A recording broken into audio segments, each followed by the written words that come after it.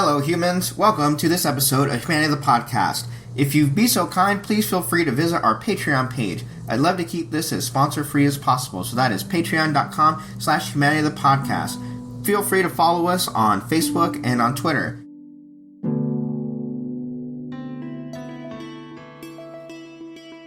How is everyone doing today? This is Emilio, your host of Humanity the Podcast. Welcome back. Today is July 18th, 2018. I wish you could sit from where I'm sitting and kind of have the view of the world as I get. These are things that are happening that they're bigger than I am. They're bigger than me. They're bigger than my family. They're bigger than what exists inside of the walls that I live in. But they're not bigger than my community. The things that are happening today affect the people I live around, next to, people whose names I don't know, people who I'll never meet, but it affects them.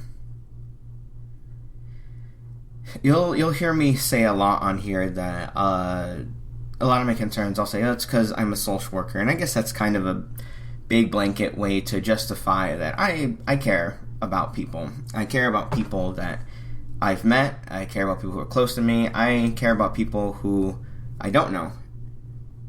I even care about people that I don't like. I even care about people who would do me harm. And I care about people that maybe in that defense that I would have to harm. That's why, to me, everything that's happening seems like a failure. In the sense that we're not talking anymore. That we're not moving together anymore. But in order to do that, we need to learn how to reconnect with each other. And I feel like a broken record saying all these things. And one day, this is not what this podcast will be about. But until I see that, this is what we'll talk about. So today I want to talk about a topic that I've researched a lot, that I've had lots of professional experience with, and some personal experience, and that is lying. When I was a teenager, one of the first political books I ever read was by comedian Al Franken, called Lies and the Lying Liars Who Tell Them. I just kind of like the title. I didn't really know anything about it. I didn't know who Al Franken was. I can't even tell you where I got the book or what happened, but I thought it was interesting because what the book is about, it's mostly aimed against, it says a fair and balanced look at the right. And this book was written in 2003, so at that time, I would have been 15 years old, I believe. No, I'm bad at math. I don't even know how old I am. Yeah, probably 15. And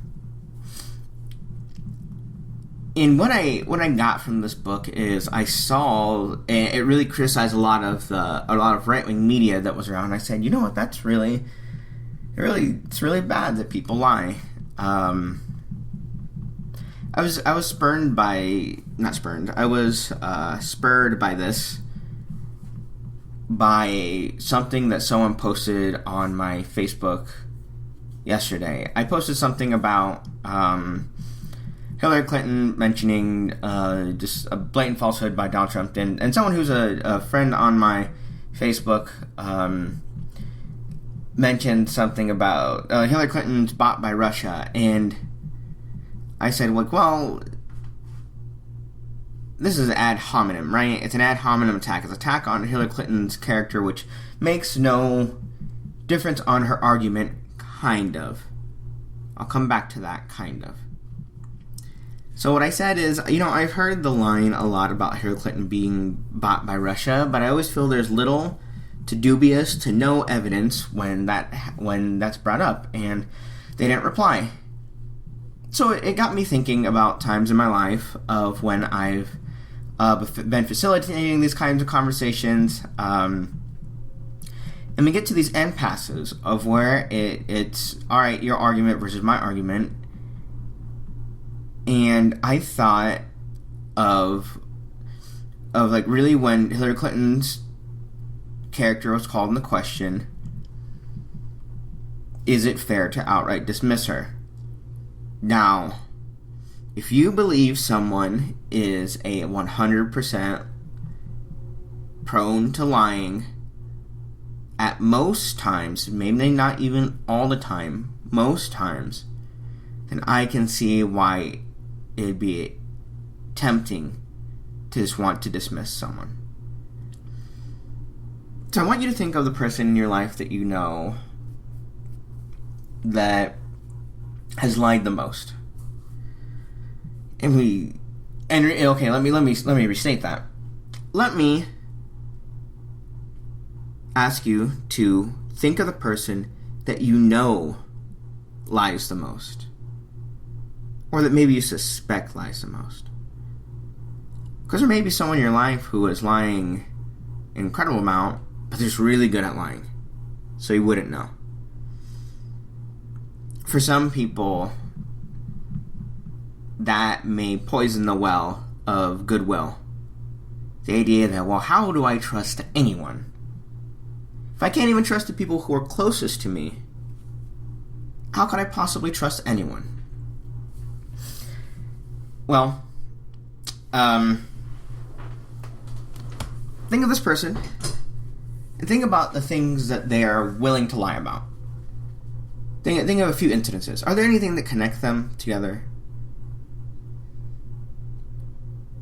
Let me tell you a story of a teenager I knew once. So when I was working in a group home for teenagers recovering from drug and alcohol addiction, there was a student that I got along with pretty well. I'd help him with homework. He was funny sometimes. I got to know him pretty well. Even when he got to a high enough level, he would be on the outings, and he seemed pretty enjoyable. And I would say that I was friendly towards this student. I can't, let me rephrase that. I always encourage personal boundaries, professional boundaries with your clients. And so what I always told students is, because you'll get teenagers that ask, are we friends? And I'd say, I am friendly, but the number one thing is I'm here to help you. And if you think that we're friends, that might stop me from being helpful in the way that you need me to. Maybe not that you want me to, because one day I'm going to say something you don't like. So this student, I knew, I say student, but it's a young person in general, because he was a teenager. I knew he would lie to me. Like, big things, small things, I knew he would lie. Why would he lie? He had a very rough childhood. Most people don't realize that if you have a teenager who's using drugs and alcohol or alcohol, number one way that you're going to get it is parents. It's kind of an uncomfortable truth. A lot of people don't realize, and I can't quantify that, so take that with a grain of salt. That's my anecdotal experience. Maybe family in general, parents, maybe sibling, and then friends pretty close after that. But most of the times, especially if they're young, it will be a family member that's helping out by getting them the substance. So I don't know if help is the word you want to use. So that's something I knew, and the student never wanted to feel socially uncomfortable. Never wanted to be told no, or you did something bad, or you did. Now, and this kid was kind of tough on the outside, right? Knew his way around the streets. Had been involved with some kind of shady people. So you look at someone like that, and you say, like, well, they don't seem like someone who get their feelings hurt easily. It's not necessarily true. And accountability was not something that this young person had ever really found the benefit of or the value in. Why tell the truth? You personally. Why is it more important for you to tell the truth than to tell lies? Now, I think you'll get a lot of canned answers inside of those things because good people tell the truth, right? Always, though, do good people always tell the truth? What is the last lie you told? Big or small? I guess the classic people always say is, like, if someone says, like, does this look good? And you don't want to hurt their feelings, say, like, yeah, it looks good on you, or something like that. But I don't want to belabor that point because a lot of people have heard it before. So with this student, I didn't... Now, here's something just as a clinical skill for me. I don't take young people lying to me personally.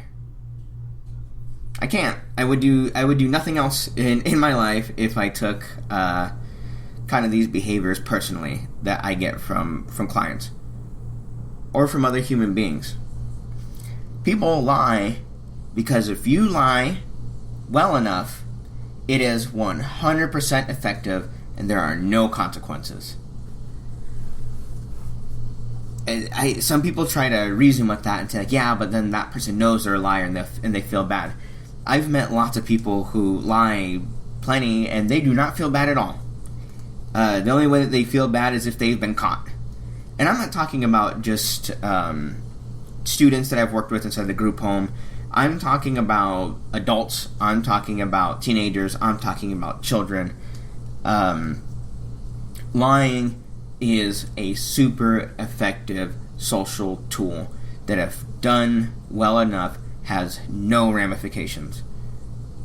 Some people sleep very well at night because I think the projection of saying, like, well, I would feel bad if I lied a lot. Well, that may be you, and how true that is subjective. So why do people lie? Because it works. It's a little... And I think some people would see that and see that knowledge as just like, well, that's kind of a dark thing to think about, or I just don't like how that makes me feel. But to me, it's just, I work with people, and I've worked with people for a long time, and people lie. Now, you can hold that against people as much as you want, but that it is what it is. So back to the student. What were the consequences since I knew this student lied a lot? The number one consequence that I've had with any of my clients or any people really is that if I suspect that they are not coming from an earnest place, if they're not coming from a truth-telling place, everything they say goes through a filter of, is this person lying to me first? I have an anecdote from my life about this. So when I was in high school, I had a best friend who I was pretty close to. And after high school, after we had been best friends for a few years, we got an apartment together for 2 years. And in this time living with him, I just noticed that he would lie about big things, small things. It didn't really seem to matter. And I really just had accepted it at some point. And it wasn't until I saw him do some really manipulative stuff against his girlfriend at the time that I said, you know, I just can't have this in my life. I'm using too much energy, like, devoting, whether it's like, is this something, a lie that's worth concern, worth my concern, or should I just let this one go? And I just didn't want to deal with that. Here's what happened. So my brother lived with us also. So one day, I called his parents, because I had known his parents for about 6 years at this point, and I said, hey, can you just come and sit with us and we'll all talk? And I said, okay, here is the reason that we're no longer going to live with you, and so at the end of our lease, that's it. Please leave. And he tried the strong arm tactic, saying, I'm not leaving anywhere. It's like, okay, well, we're moving then. That's fine. And then he began lying more. Very, very obvious lies. One lie being is, I've never lied to any of you. And it really shocked me, because I thought that with evidence that everyone knew was true, and when confronted with this, that maybe this person would just come clean and would tell the truth. But that's not what happened. They doubled down. And I've seen that behavior lots and lots and lots of times. I've seen it on one-on-one sessions of where it's painfully obvious when confronted with all the information. I've seen it in group settings, or just like small group settings, of where it's like, here are the facts, and the person says, I just do not accept those facts. And I've seen it in large group discussions of where someone says, this is my beliefs, and no set of evidence, and even if you prove I've lied, I will not take it back. So what happens to those people? How do we as a society correct that behavior? I guess it depends on what you mean by correct it. Can you change that person? If you follow my last podcast, I mentioned that you can't change people. You can influence them as much energy as you want to put into the practice of influencing someone. You can try to influence someone. What I can say, what I have seen happens to people who are caught as consistent liars, is that they're usually stripped of any holdings of power that they may have. So any authority over other people, because it's hard to trust liars. And a lot of times people want to trust the people who are leading them. And maybe not even leading, but another power is friendship, right? Is to have people come be their friends. And no one is entitled to other people's time or energy. So people can be kicked out of friend groups. It happens. Or because it's an individual choice. If a person looks at that, another person says, your social standing is low enough because of XYZ, I no longer want to associate with you. Or if it's a collective decision, a group of friends says, we should no longer associate with so-and-so. Well, one may feel aggrieved in that way, but what repercussions do they have? What could they possibly do?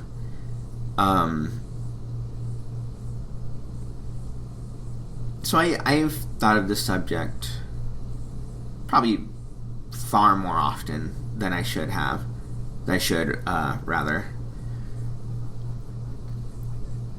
Because I try not to take life personally. What I mean by that is, like, when bad things happen to myself or to other people, I try to remember that just like, well, life doesn't have anything against you personally. It's just by chance that we fall into wherever we may be in life, and then we are given tools, or we create our tools, or other people's help us develop tools, and we interface with the world as much as we can. Lying is such a useful tool, but it's one that we understand is taboo to broader society. So much that it's tempting to say that, oh, I always tell the truth. If someone tells you that they always tell the truth, they're lying to you. the idea of being trustworthy is so hard. Also, just the idea of you should listen to me and believe everything that I'm saying. And I say, feel free, put everyone under a filter. I think we owe it to anyone who's listening that for any of us who talk, those who listen are at least entitled a little to the idea that we're going to be telling the truth. And I guess if you're... I'm so sick of having to put everything that I do in a political lens right now. I was telling someone yesterday, it's I'll be so happy when all this political discussion isn't sucking up all the air in the room, because I look outside my door here. Donald Trump's not here. I look down the street. He's not here. I go to work. He's not there. I visit my parents. He's not there. But his name is there, and the things that the administration is doing in there, and whether I bring it up or not, people are talking about it, and it's sucking up all the air. So some of you may be listening and saying talk about how Donald Trump is a liar. I mean, it's so obvious. So I'm not going to. And if you but Hillary Clinton, yeah, she's a liar also. Politicians are liars. If you really want to see something worth noting, look up Rand Paul's defense of Donald Trump's meeting with Vladimir Putin. That's really something that you go oh Jesus, because people can look at Donald Trump and say he's a liar, he does that, but people have known how he is since the 80s. I mean, look at one of the million documentaries out there about him. People know that he lies.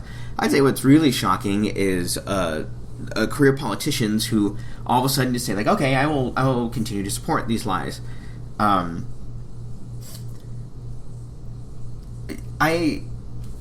follow a number of alt-right things or right-wing media things, and something I've noticed is the devaluing of social norms by giving them fancy names and saying those are bad things. One thing that I thought of, because I bring up a lot of issues, and I'm called to by the Social Work Code of Ethics, is that I have a duty to society to help make it better. And I have been repping social issues since I was a teenager, right? I think that if there's people out there hurting in the world, if I can just help shine a light on that and let those people hopefully pass a microphone off to anyone who's in there, that's what I want to do. I want to lift voices. But some people have deemed that as concern trolling, right? Look it up. Well, let me just do it for you. Why not? I have my computer right here, so let's look up concern trolling. What is concern trolling? And then you can decide for yourself whether I am a concern troll or not. So, if I Google it, it says dictionary. I wonder what dictionary Google uses. Concern trolling: noun, informal, derogatory. The action or practice of disingenuously expressing concern about an issue in order to undermine or derail genuine conversation. So the example it gives is, every election we're subjected to left-wing concern trolling about the GOP coalition. I guess I'd say that my one issue with concern trolling is that how can one tell if it is disingenuous? So you can make that accusation, and it does exist. Concern, and I'd say this is a disingenuous argument presented, but to use that as something to dismiss everyone's genuine held concerns is shutting down conversation. As soon as people get to calling each other's names in order to limit conversation, those are one of those things that if you hear them, you just got to move past them. So hear what the person has to say, but don't give it any credence. Don't feed the energy into that. And you've heard me say on here before, and I'll say it again. Most people, when they're aggressive online or when they have really strong things to say, they're usually very strong beliefs, loosely held. And again, I say this from experience, just meeting with people. Let's read the Urban Dictionary one because it's probably funnier. Or maybe not. Let's see. In an argument, this is concern troll. Concern troll. In an argument, usually a political debate, a concern troll is someone who is on one side of discussion but pretends to be a supporter of the other side with concerns. The idea is that your opponents will take your arguments more seriously if they think you're an ally. Concern trolls who use fake identities are sometimes known as sock puppets. I hadn't heard that one. I'd heard the other one, but that makes sense. But here's a second definition. A person who posts on a blog thread in the guise of concern to disrupt dialogue or undermine morale by pointing out the posters and or site may be getting themselves in trouble, usually with authority or power. Well, these are different definitions than what I've heard. And I find it so interesting that really what's happening is we're in the age of where we're trying to bring concerns of rhetoric to an online format. For some reason, on the phone, it never really happened.